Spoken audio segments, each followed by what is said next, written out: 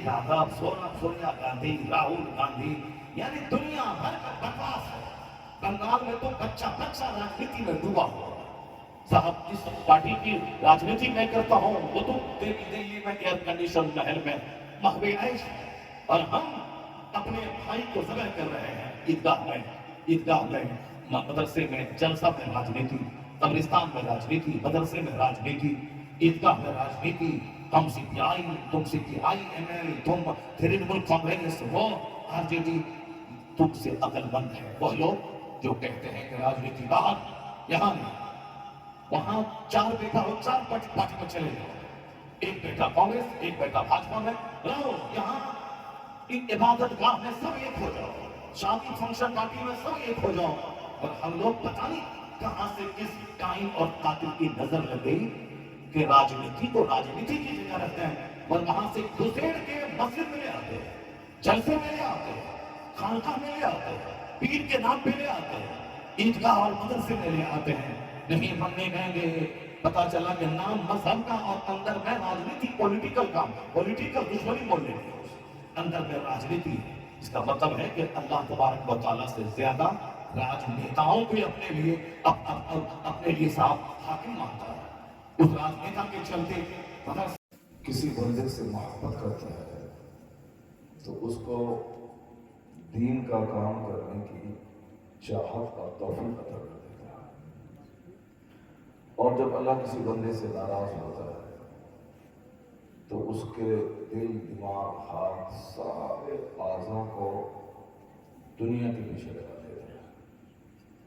اگر آپ دیکھیں کہ کوئی شخص صبح سے لے کے شام تک بھاگ دوڑ کر رہا ہے، صرف زمین چاہیے، پیسہ چاہیے، مال چاہیے، کاروبار، کھیتی باڑی، کبھی اس کو توفیق نہیں ملتی کہ وہ 1 گھنٹے کا ٹائم نکال کر اللہ کے سامنے سجدہ کرے، روئے، گڑ گڑائے، آخرت کو یاد کرے، تو سمجھ جائیں کہ اللہ تعالیٰ اس بندے سے ناراض ہے۔ حج کے موقع پر آقا دو جہاں رحمت دو عالم صلی اللہ علیہ وسلم نے ایک تقریر کی تھی۔ حضور جب بھی تقریر فرماتے تھے تو جو امپورٹنٹ بات ہوتی اس کو 3 بار ریپیٹ کرتے تھے۔ یہ حضور کی تقریر تھی، اور کبھی کبھی آپ کی آواز بہت بلند ہو جاتی ہے، ایسا آپ خطاب فرماتے کہ جیسے کسی فوج کو بڑی جنگ کے لیے تیار کیا جا رہا ہو۔ لوگ حضور کی تقریر سن کر اپنے سینے میں نور حاصل کرتے تھے اور جہاد کے لیے تیار ہوتے تھے، ساری دنیا کو ہیج سمجھتے تھے۔ تو آقا علیہ السلام نے آخری حج کے موقع پر مینا میں ایک تقریر کی تھی۔ کورونوں کی ایک بات سن لیں، آج خوب لوگ دنیا سجانے کی کوشش کرتے ہیں، لیکن اس کے باوجود رزلٹ کیا آتا ہے؟ سوائے بیماری، رسوائی، ذلت اور بے بسی کی موت، اس کے علاوہ کچھ حال نہیں آتا۔ جتنے لوگ دنیا میں آئے سارے لوگ مر گئے، جو لوگ آج ہیں وہ بھی 2 4 10 20 50 سال کے بعد سب مر جائیں گے، دنیا خالی ہو جائے گی۔ اس لیے دنیا کے بارے میں زیادہ نہیں سوچنا ہے، عقل مند ہے جو آخرت کے بارے میں سوچتا ہے۔ تو حضور نے اس تقریر میں یہ کہا تھا کہ جو اپنے پیچھے دین کا غم لگا لیتا ہے کہ مجھ کو مرنا ہے، اللہ کے سامنے منہ دکھانا ہے، اور اس دنیا میں اپنے سے دوسروں کو فائدہ پہنچانا ہے تاکہ میری بات سن کر 2 4 10 لوگ جہنم سے نکل کے جنت آ جائیں۔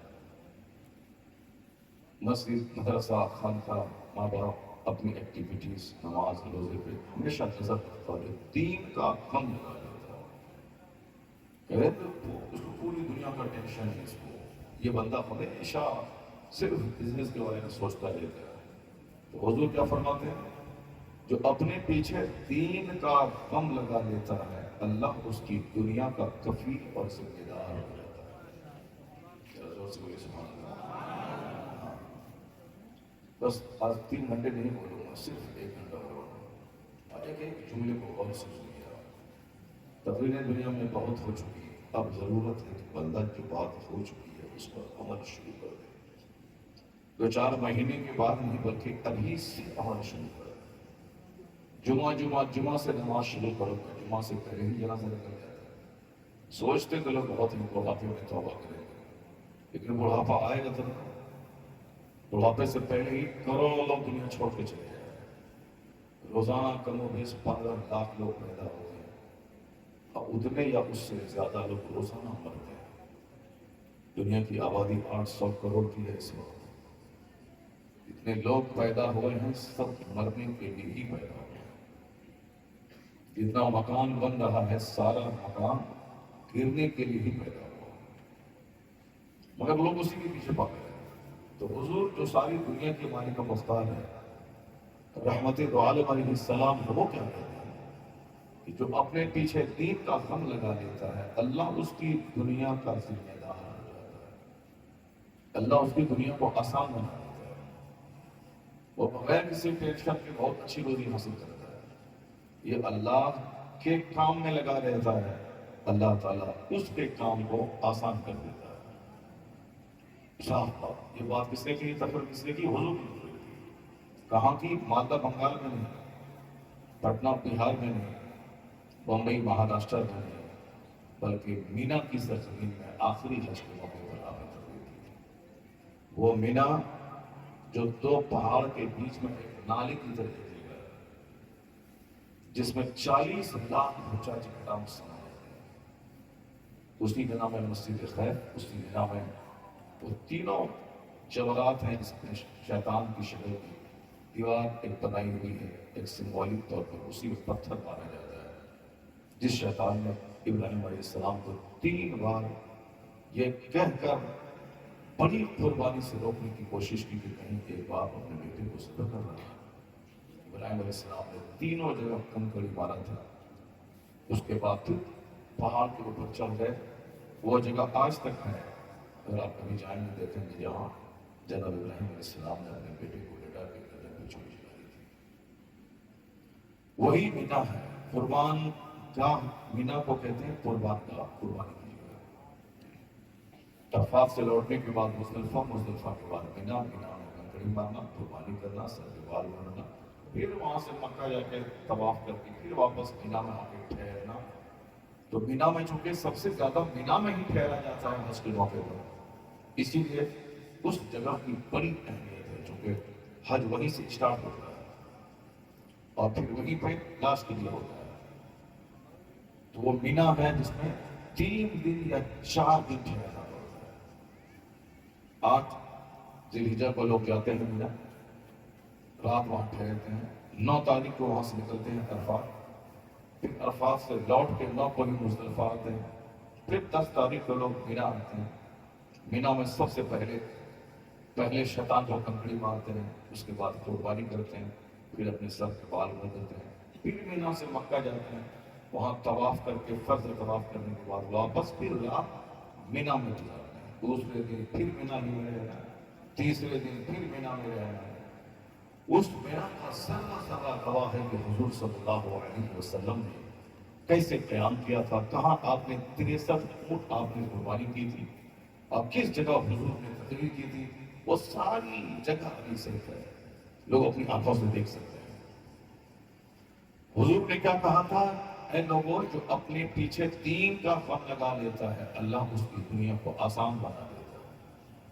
آج سارے لوگ دنیا کے پیچھے بھاگ رہے ہیں. اچھے پڑھے لکھے لوگوں سے لے کے کم پڑھے لکھے لوگوں تک سب پاگل ہیں. جیسے سگنل پہ گاڑی رکتی ہے، ساری گاڑیاں رکی ہوئی ہیں. جیسے ہی ریڈ سگنل گرین میں تبدیل ہوا، ایسی بھاگنے کی کوشش کرتے ہیں جیسے کہ صاحب دوسرے کو کھا جائے گا. کوئی جنازے کی نماز چھوٹ گئی ہے، اس کو قبر میں کسی کو ڈالا جا رہا ہے، دوبارہ اس کو دیکھنے کا موقع نہیں ملے گا. اس طرح سے سب کچھ چھوڑ چھاڑ کر بھاگتے ہیں. یہ دنیا کی بھاگ دوڑ ہے. یہ آدمی ہمیشہ پریشان رہتا ہے. نتیجے میں 5 کروڑ کما بھی لیتے ہیں تو بھی بھکاری رہتا ہے. کیونکہ سکون دینے والا تو اللہ ہے، چین دینے والا اللہ ہے. مگر لوگ چاہتے ہیں کہ مکان اور مال اور مال میں سکون مل جائے، تو مال بنانے کے بعد پھر مایوسی آ جائے. فارچونر خریدنے کے بعد پھر بندہ اندر سے ٹوٹ جاتا ہے. دوسرے کا 5 کروڑ کی گاڑی دیکھتا ہے تو یہ اپنے آپ کو غریب سمجھنے لگتا ہے، پھر اس کو لگتا ہے کہ مجھ کو بھی 10 کروڑ کی گاڑی خریدنی چاہیے۔ مر جاؤ اسی میں۔ اور مر رہے ہیں لوگ، کوئی پاخانوں میں مر رہا ہے، کوئی باتھ روم میں مر رہا ہے، کوئی ایکسیڈنٹ کر کے مر رہا ہے، اور کوئی صاحب پلین کریش میں مر رہا ہے۔ مر رہا ہے، سارے لوگ مر رہے ہیں، پیدا ہونے والے مرنے کے لیے ہی آئے ہیں۔ لیکن بہت سے خوش نصیب ایسے ہیں جو اس مرنے والوں کی دنیا میں جن کا چہرہ گلاب کی طرح ہرا بھرا رہتا ہے، جو مٹی کے گھر میں رہتے ہیں، وہ مسکراتے ہیں، جس کے پاس آمدنی کے ذرائع کم ہیں مگر اس کے باوجود وہ کھلتے رہتے ہیں، تو اللہ نے سکون مال میں نہیں رکھا ہے، اللہ نے سکون اس گھر میں رکھا ہے جس گھر میں سجدہ ہو، تلاوت ہو، عبادت ہو، ذکر ہو۔ کرائے کے گھر سے بھی لاش نکلتی ہے اور خود کے بنائے ہوئے 10 کروڑ روپے کے گھر سے بھی لاش نکلتی ہے، لیکن دونوں جاتی کہاں ہیں؟ وہی قبرستان، 2 گز زمین کے اندر۔ تو اپنے گھر سے ڈیڈ باڈی نکلے یا کرائے کے گھر سے ڈیڈ باڈی نکلے، بات تو برابر ہے، دونوں کا انجام وہی قبرستان ہے، 2 گز زمین، 2 گز زمین۔ اور یہاں صاحب کشادہ مکان، wall putty, granite, tiles, marble, false ceiling, electrical work, plumbing work, wooden work, یعنی اتنا لوگوں نے نکال دیا ہے، پیسہ کے خرچ ہونے کا، برباد ہونے کا سسٹم لوگوں نے نکال دیا ہے۔ پہلے زمانے میں اینٹ جڑ جاتی تھی، اس پہ پلاسٹر سیمنٹ کا ہو جاتا تھا، چونا لپیٹ دیا گیا، گھر بالکل وائٹ اینڈ وائٹ نظر آتا تھا، وہ کہہ رہے ہیں کہ لیکن آج کل جتنے پیسے دیوار اور چھت میں لگتے ہیں اس سے ڈبل پیسے صرف ریفریش کرنے ہیں، الگ الگ ڈھنگ سے پینٹ۔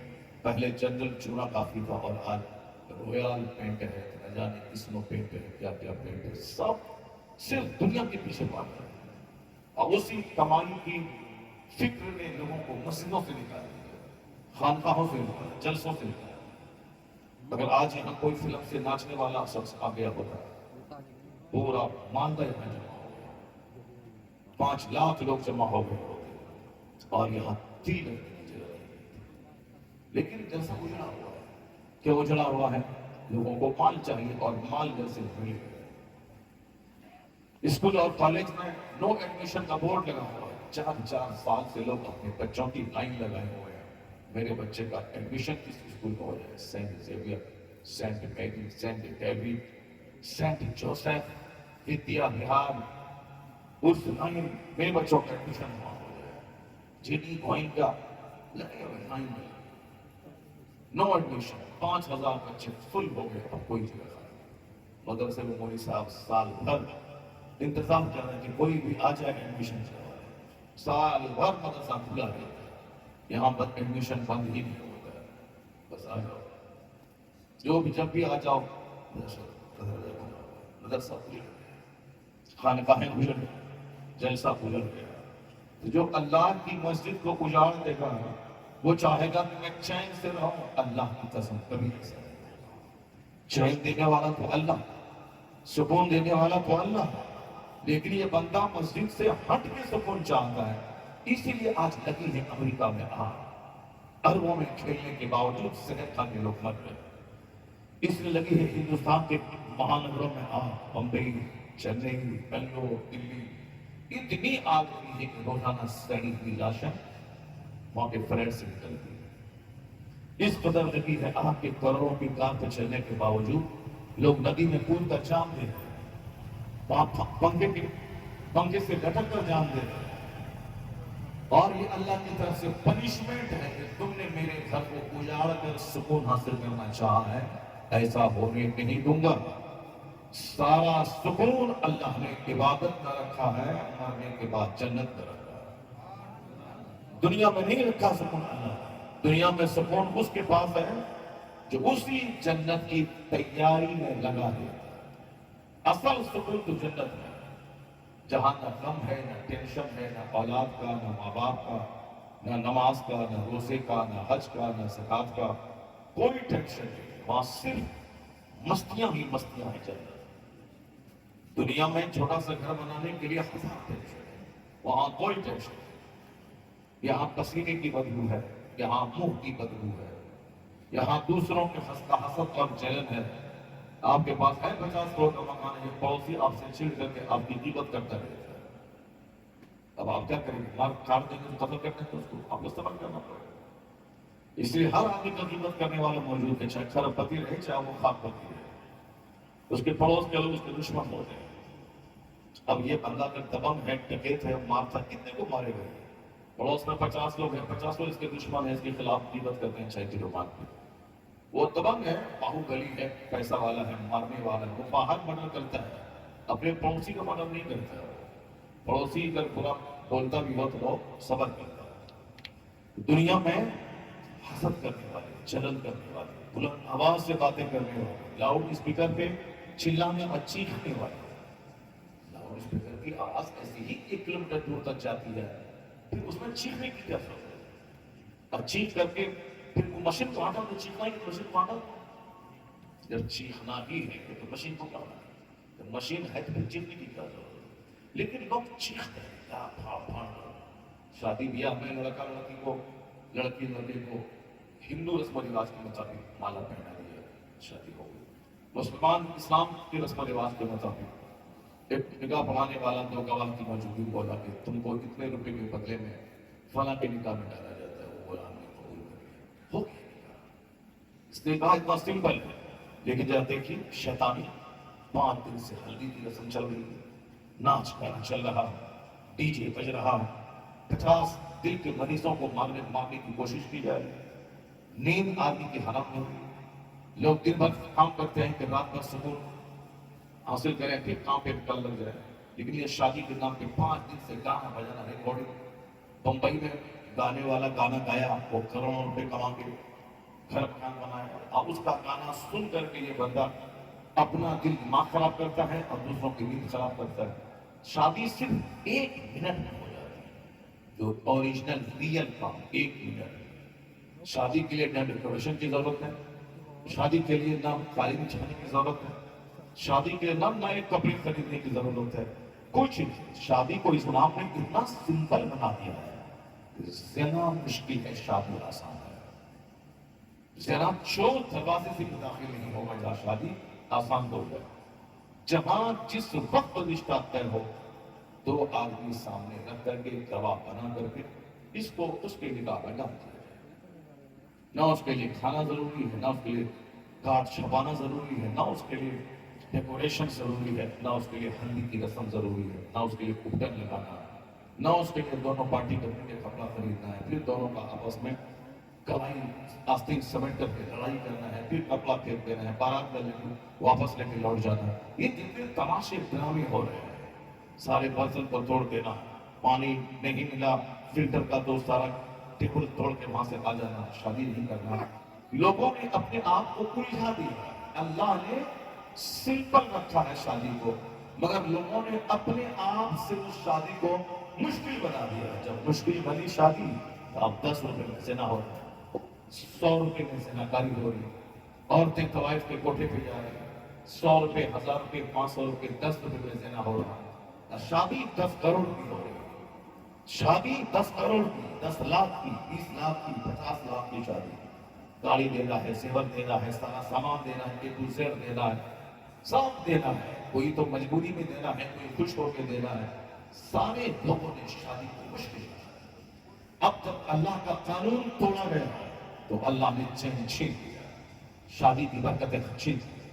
اب شادی کے بعد طلاق ہو رہی ہے، شادی کے بعد قتل ہو رہا ہے، شادی کے بعد کیس مقدمہ ہو رہا ہے، سارے کیسز کچہری میں صرف طلاق، صرف مفتی صاحب کے پاس 1000 میں 999 کیس صرف طلاق خلا، ایک معاملہ کوئی دوسرے میٹر کا ہوگا۔ اللہ کی دنیا میں اللہ کا کھائے، اللہ کی ہوا میں سانس لے، اللہ کے آسمان کے نیچے زندہ رہے، اللہ کی اگائی ہوئی فصلیں کھائے، اللہ کا دیا ہوا آم، جامن، لیچی، سنترا، سیب، ناشپاتی، کیلا، یہ سارے فروٹس اللہ کے دیے، ایک سیب کافی تھا، مگر اللہ نے 1000 پھل اپنے بندوں کو دیے۔ میرے بندے، کبھی روٹی کھاؤ، کبھی چاول کھاؤ، کبھی سیب کھاؤ، کبھی ناشپاتی کھاؤ، کبھی امرود کھاؤ، کبھی جامن کھاؤ، کھاتے رہو۔ یہ سب تمہارے لیے، اللہ نہیں کھاتا ہے نہ اللہ کا فرشتہ کھاتا ہے۔ اتنے فرشتے ہیں آسمان میں کہ آسمان چرمرا، کیوں موبائل دیکھنے میں آسان؟ لا حول ولا قوت الا باللہ۔ ساری زندگی موبائل دیکھتے رہتے ہیں دن بھر لوگ، اب تقریر کے ٹائم موبائل دیکھتے رہتے ہیں، اس کھیل اور تماشے کو اپنے سے الگ کرتے ہیں، ورنہ پاگل ہو جائیں گے، نیند ہی نہیں آئے گی۔ اور اب 40% لوگ موبائل کی وجہ سے اس کو نیند نہیں آ رہی، پاگل ہو رہے ہیں۔ آج کل پاگل خانہ بہت بڑھ ہے۔ جو کام ضرورت کا لیٹرین روم میں ہمیشہ نہیں رہنے کا، ورنہ پواسی ہوگا ساری کچھ نکل جائے، وہ دن میں ایک بار گیا لیٹرین کیا پھر چلا، ضرورت دو بار لگا گیا آیا، 24 گھنٹے باتھ روم میں جو رہے گا مر جائے گا۔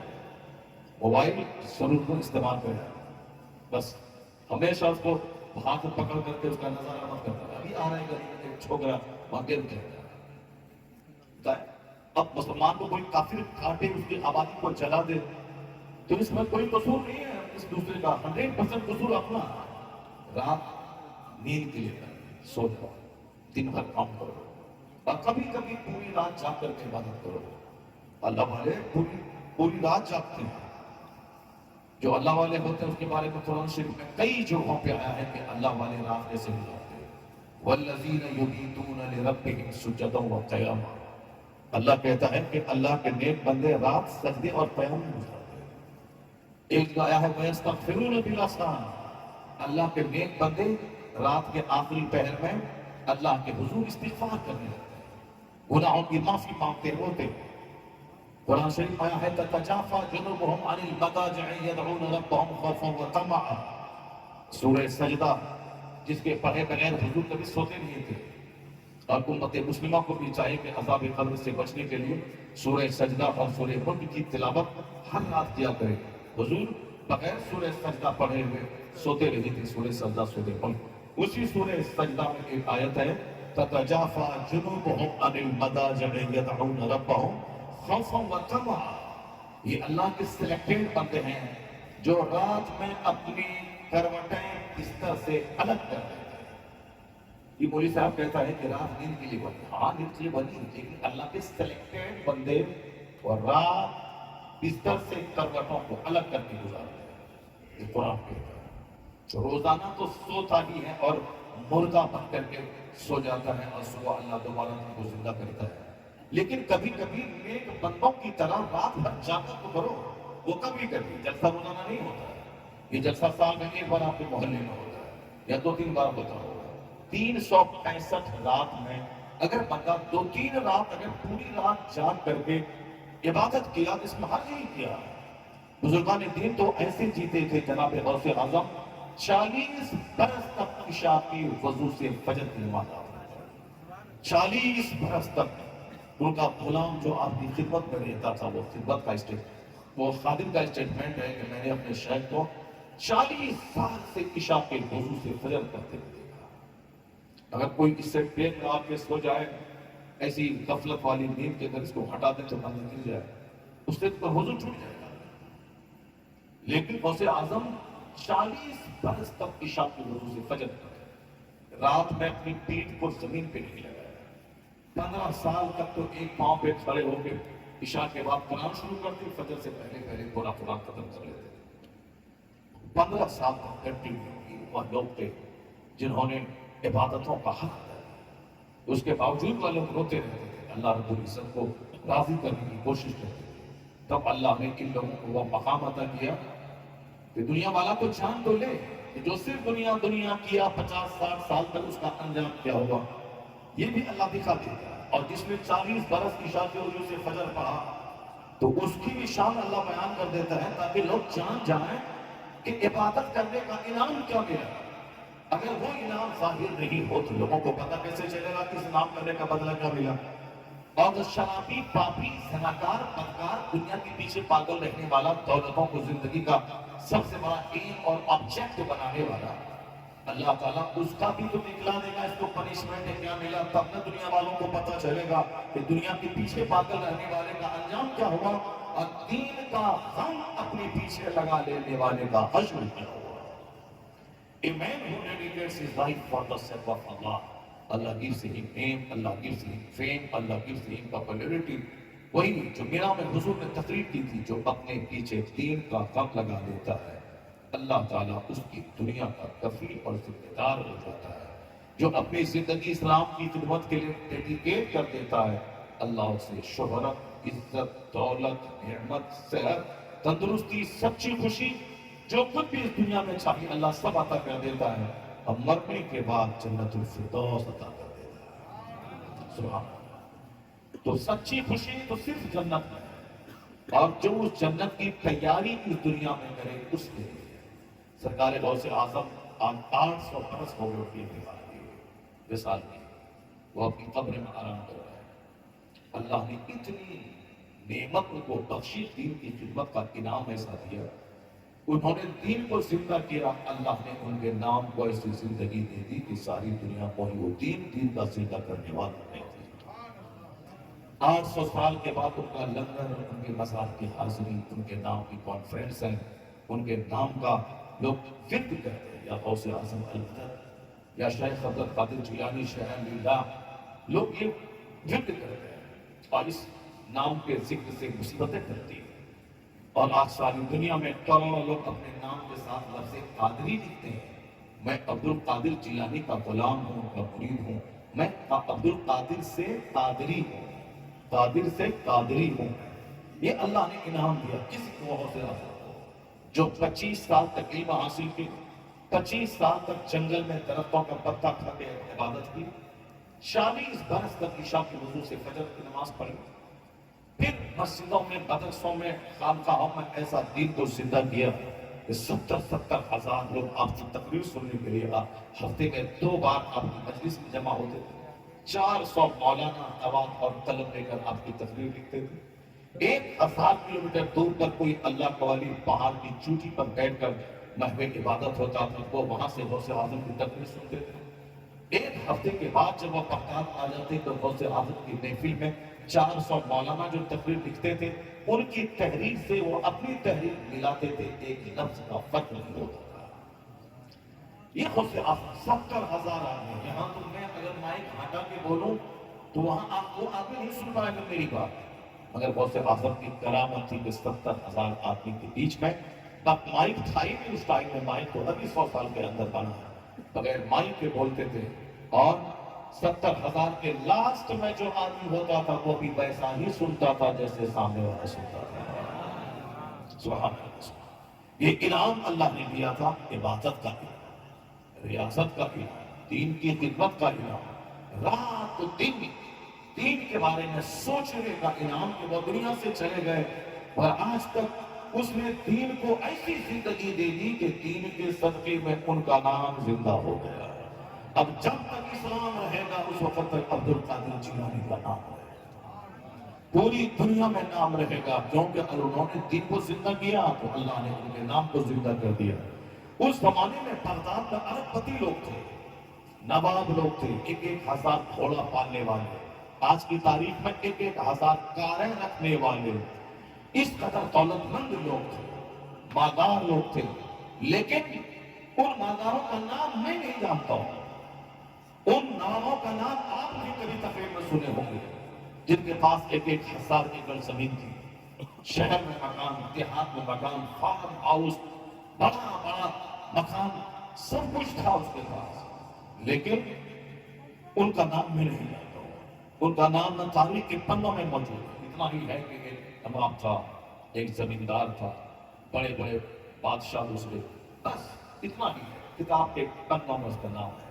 لیکن جس فقیر نے زندگی بھر جو کی روٹی بھی ٹھیک سے نہیں کھائی، جنہوں نے اب لنگر چلا کے دوسروں کے کھانے کا انتظام کیا، خود اپنا وطن ایران چھوڑا، بغداد آ گیا، وہاں علم حاصل کیا، رات کی نیند قربان کی، صرف لوگوں کی اصلاح کرتے رہے، کیسے لوگ اللہ والا بن جائے، کیسے لوگ اسلام والا بن جائے، کیسے لوگ گناہوں کو چھوڑ دیں، کیسے لوگ جنت کی فکر میں جینے لگے۔ بادشاہوں کے گھر میں تہجد کی نماز ڈال دی، چپراسی سے لے کے بادشاہ تک سب کو اشراق اور چاشت کا عادی بنا دیا۔ جو لوگ ظلم کرنے والے، تلوار چلا کے قتل کرنے والے تھے، وہ ایک چوٹی پر پاؤں رکھنے سے ڈرنے والے اندر سے بن گئے۔ جو بے پرواہ تھا اس کو سینسٹیو، حساس کس نے بنا دیا؟ جو 5 وقت کی نماز نہیں پڑھتا تھا، اس کو تہجد اور اشراق اور چاشت پڑھوا دیا۔ جن بادشاہوں کے گھر میں شراب کے جام کھٹکتے تھے، جہاں ناچنے والی طوائفیں صاحب پائر پہن کے ناچا کرتی تھی، ان گھروں میں تلاوت عبادت کا ماحول غوث اعظم نے پیدا کر دیا۔ تمام شراب کے جام توڑ دیے گئے، رئیس اور مالداروں کے گھر میں قرآن کی تلاوت داخل ہو گئی۔ یعنی اس قدر دین زندہ ہوا کہ امیر سے لے کے غریب سب گھروں میں تلاوت عبادت کا ماحول پیدا ہو گیا۔ دین کو زندگی دے دی غوث اعظم۔ اللہ نے انعام یہی دیا کہ جب تک دین رہے گا عبد القادر تیرے نام کا ڈنکا بجتا رہے گا، اور یہ تو بجتا رہے گا، ان کی کرامتوں کا ڈنکا بجتا رہے گا۔ آج تو میری بیوی میری بات نہیں مانتی، آج تو ہمارے بچے میرے بات نہیں مانتے، چونکہ ہم اپنی بیوی سے پیار کرنے میں اتنے کمزور ہیں کہ وہ نماز نہیں پڑھتی تو ہم اس کو یہ نہیں کہتے کہ نماز نہیں پڑھو گی تو میں تجھ کو طلاق دے دوں گا، تم نماز نہیں پڑھو گی تو میں تجھ کو اپنے گھر سے نکال دوں گا، تم نماز نہیں پڑھو گی تو میں تجھ سے 12 مہینے تک بات نہیں کروں گا، تم نماز نہیں پڑھو گی تو میں تیرا چہرہ نہیں تکوں گا، نہیں دیکھوں گا۔ اتنا بڑا ہارڈ قدم وہ اٹھائے گا جس کا جو مضبوط ہو اندر سے، اور جو اندر سے کمزور ہو کہ جو عورت کے بغیر ایک دن بھی نہیں رہ سکتا ہو، وہ کیا کرے؟ وہ یہی بولے گا تم کو جو کرنا ہے کرو، مگر ہم کو تم چاہیے، تیرے بغیر میں زندہ نہیں رہ پاؤں گا۔ پھر تو وہ ناک میں نکیل ڈال کے نچائے گی کہ جب تم میرے بغیر ایک دن بھی نہیں رہ سکتا ہے، وہ لاؤ واشنگ مشین لاؤ، لاؤ اے سی لگاؤ، لاؤ کولر لگاؤ، زمین بیچ کے لگاؤ، مزدوری کر کے لگاؤ، آم بیچ کے لگاؤ، رات بھر نوکری کر کے لگاؤ، جیسی بھی ہو لاؤ یہ سب۔ میری ماں بیمار ہے، چلو دیکھنے جاتے ہیں، میرے بھائی کی بیٹی کی شادی ہے، چلو اتنا سامان لے کے جاتے ہیں۔ یہ اپنی بہن کے یہاں نہیں جاتا ہے، اپنی بہن کو دیکھنے بقرعید کے بعد نہیں جاتا ہے، یہ اپنے رشتے دار کے باپ کے پاس ملنے کا ٹائم نہیں ہے، مگر وہ اس کے نام میں نکیل ڈال کرنا چاہتی ہے۔ ان کی اپنی بھانجی کی شادی یہ نہیں جاتا ہے، اور اس کی بہن کی بیٹی، اس کے بھائی کی بیٹی، اس کے بھائی کے بھائی کی بیٹی کی شادی ہے، یہ ناچتا رہے۔ کیوں؟ اس کو نفس کمزور ہے، اس کا یہ عورت کے بغیر زندہ نہیں رہ سکتا، اس لیے عورت کو نچاتا ہے، 10 بات کہتی بھی ہے، اور جانے کا کوئی نہیں ہے تو تھاپڑ مارتی بھی ہے اس کو۔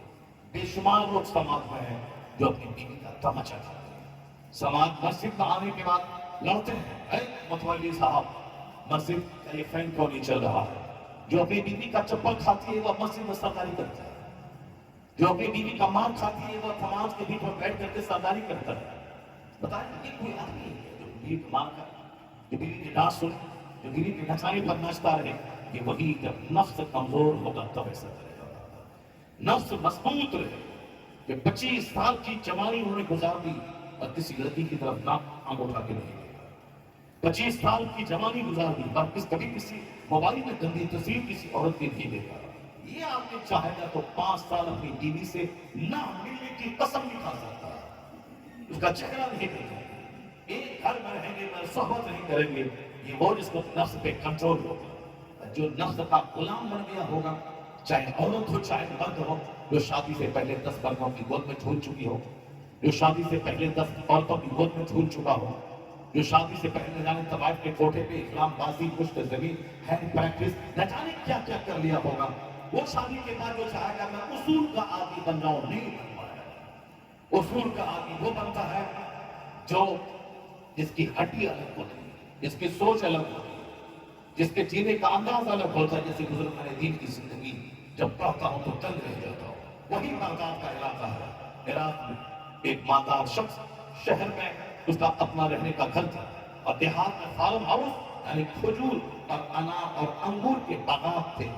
آج بھی بہت سارے لوگ مالدہ میں گھر ہے اس کا، اور اس کے آم کے باغ دیہاتوں میں ہیں۔ وہ آتا ہے، وہ اپنے آم کے باغ کو کبھی کبھی سال میں 2 بار 4 بار دیکھنے کے لیے وہ آتا ہے۔ اس کے نوکر غلام رہتے ہیں جو اس کے لیے آم کے پیڑ کی حفاظت کرتے ہیں، ہل کی جوتائی کرنا، اسپرے کرنا، اس کی نگرانی کرنا، وہ اس کو تنخواہ دیتے ہیں۔ وہ کبھی سال میں 1 بار 2 بار آئے، اپنا پھل دے کر چلے گئے، یا کسی دوسرے کے ہاتھ میں بیچ دیا باغیچہ، اتنے لاکھ روپے میں دے دیا، اپنا پیسہ لے چلے جاؤ۔ کبھی کبھی باغ دیکھنے آتا ہے۔ یہ پہلے بھی ایسا ہی تھا۔ ایک شخص رئیس تھا اپنے علاقے کا، رئیس اعظم، بڑا رئیس، ان کا فارم ہاؤس دیہات میں تھا، وہاں ایک شخص اس کی نگرانی کرتا تھا۔ وہ شخص کبھی کبھی مہینہ دو مہینہ اپنے دوستوں کو لے کے آتا ہے. ذرا دیکھیے کہ اس وقت کے امیر کیسے ہیں. آج کل کے امیر وہ ہیں جو زنا نہ کرے وہ پھر امیر ہی ہے, جو شراب نہ پیے وہ امیر ہے, جو چوری اور ڈکیتی نہ کرے وہ امیر ہے, جو اپنے گھر میں 5 کمروں میں 5 LED ٹی وی لگا کے رات بھر وہاں دیکھ کے کامیڈی کرے, ناچے کودے گائے, وہ امیر ہے کیا؟ امیر کا مطلب لگژریس لائف, امیر کا مطلب جو شراب پیے, امیر کا مطلب جو ناچے گائے کودے کامیڈی کرے, امیر کا مطلب وہ جو شادی بیاہ میں خوب فضول خرچی کرے, 10-10 20-20 ہزار آدمی کو کھلائے. یہ امیر لوگ مالدار لوگ ایسے ہی کرتے ہیں. اور آج کل کا غریب بھی دیکھیں, غریب کے پاس جبکہ ایک بہت سنہرا اوسر ہے غریبوں کے پاس, غریب پر حج فرض نہیں ہے. قیامت کے دن مالداروں سے پوچھا جائے گا کہ تم پر حج فرض ہوا تھا 25 سال پہلے, اور تم 25 سال کے بعد حج کیوں کیا؟ یہ سوال ہے. ایک سال تم نے ڈیلے کیوں کیا؟ اور ہر سال ڈیلے کرنے کے بدلے میں بڑا گناہ, میجر گناہ کبیرہ, بڑا گناہ, میجر صرف بڑا گناہ. یہ بیٹی کی شادی کر لیں تو حج کریں گے, وہ بیٹے کی نوکری دے لیں تو حج کریں گے, یہ مکان بنا لیں تو حج کریں گے, مارکیٹ میں فلاں مال خرید لیں تو حج کریں گے. اسی میں بڈھا 80-90 سال کا ہو جاتا ہے. کچھ لوگ تو اسی حالت میں جا کے حج کر کے وہاں سے روتے ہوئے آتا ہے, سارا ارکان چھوڑ کے آتا ہے. جب گیا تھا گناہ کو مٹانے کے لیے, وہاں سے 1 خراب گناہ لے کے آ جاتا ہے. کچھ تو ایسے ہوتے ہیں حج نہیں کر پاتے, اس سے پہلے مر جاتے ہیں. اس کے بعد ڈیڈ باڈی نکل کے حج نہیں کرتا. حضور نے فرمایا تھا کہ جب حج فرض ہو جائے, حج کا ارادہ ہو تو فوری حج کر لے, ورنہ کل یا تو مال رہے گا مگر تم نہیں رہے گا, یا تم رہے گا مگر وہ مال نہیں رہے گا, ایک بار تم رہے گا تیری صحت نہیں رہے گی. اس لیے حج کا ارادہ ہو فوری کر لے, اس میں ورنہ کل کیا ہوگا کوئی نہیں جانتا ہے. اور حضور فرماتے ہیں فرض ہونے کے بعد اگر کوئی ڈیلے کرتا ہے, حج نہیں کرتا ہے, تو ممکن ہے کہ یا تو یہودی ہو کے مر جائے یا نصرانی ہو کے مر جائے, یعنی کافی ہو کے مر جائے. بس چکر بات زبان کھلی ہے, باتیں کر رہے ہیں. لنتھرانی دنیا بھر کی ممتا بنرجی, تو نتیش کمار, تو لالو پرساد, تو تیجسوی یادو, اکھلیش یادو صاحب, یہ یادو, سونیا گاندھی, راہل گاندھی, یعنی دنیا بھر کا بکواس ہے. بنگال میں تو بچہ راجنیتی میں ڈوبا ہوا. صاحب جس پارٹی کی راجنیتی میں کرتا ہوں وہ تو دلی میں ایئر کنڈیشن محل میں محوِ عیش ہے, اور ہم اپنے بھائی کو ذبح کر رہے ہیں عیدگاہ میں, مدرسے میں جلسہ میں راجنیتی, قبرستان میں راجنیتی, مدرسے میں راجنیتی, عیدگاہ میں راجنیتی. ہم CPI, تم CPI ML, تم ترنمول کانگریس, وہ RJD. تم سے عقل مند ہے وہ لوگ جو کہتے ہیں کہ راجنیتی باہر, یہاں نہیں. وہاں 4 بیٹا ہو, 4 پارٹی میں چلے جاؤ, ایک بیٹا کانگریس, ایک بیٹا بھاجپا میں رہو. یہاں عبادت گاہ میں سب ایک ہو جاؤ, شادی فنکشن پارٹی میں سب ایک ہو جاؤ. اور ہم لوگ پتہ نہیں کہاں سے کس ٹائم اور قاتل کی نظر لگ گئی کہ راجنیتی کو راجنیتی کی جگہ رکھتے ہیں, اور وہاں سے گھسیڑ کے مسجد میں لے آتے ہیں, جلسے میں لے آتے ہیں, خانقاہ میں لے آتے ہیں, پیر کے نام پہ لے آتے ہیں, عیدگاہ اور مدرسے میں لے آتے ہیں. نہیں ہم نہیں کہیں گے. پتا چلا کہ نام مذہب کا اور اندر میں راجنیتی, پولیٹیکل کام, پولیٹیکل دشمنی بول رہے ہیں, اندر میں راجنیتی. اس کا مطلب ہے کہ اللہ تبارک و تعالیٰ سے زیادہ راجنیتاؤں کو اپنے لیے صاحب حاکم مانتا ہے. اس راجنیتا کے چلتے مدرسہ مسجد خانقاہ میں بگاڑ پیدا کر دیتا ہے. عقل مند وہ ہے راجنیتی جس پارٹی میں جانا چاہتا ہے, جو جانا ہے, جو اسلام دشمن چھوڑ پارٹی چھوڑ کر کے جو سیکولر پارٹی ہے سب میں جاؤ, کانگریس میں جاؤ, ترنمول میں جاؤ, CPI ML میں جاؤ سب میں جاؤ, مگر عیدگاہ میں, مسجد میں, خانقاہ میں ترنمول اور کانگریسی مت کرنا. وہاں محمدی بن جاؤ کہ ایک سب میں کھڑے ہو گئے محمود و ایاز میں کوئی بندہ رہا, کوئی بندہ رہا.